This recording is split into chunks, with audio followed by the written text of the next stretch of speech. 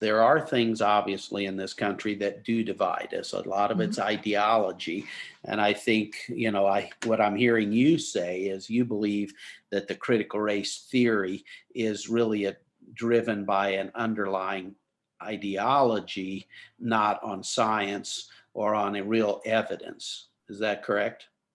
That's correct. And I would like to add that what this is doing is just, fostering and creating even more resentment and racial division here in our country.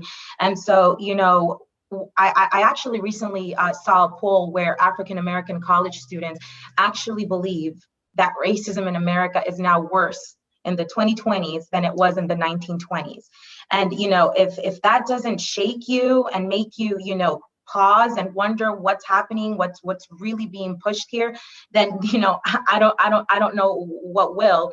And that this is fundamentally absurd. That's the bottom line. But this is what they're being taught in school, and so this is what they are now believing, and this is why it's important for parents to take a stand. It doesn't matter if you're black, white. It doesn't matter. As a parent, this should alarm anyone, and so what is happening now in effect is actually reverse racism, where people, like you, are essentially held responsible for the decisions of people who look like me. I never imagined we would reach this point when I was growing up in the 1990s.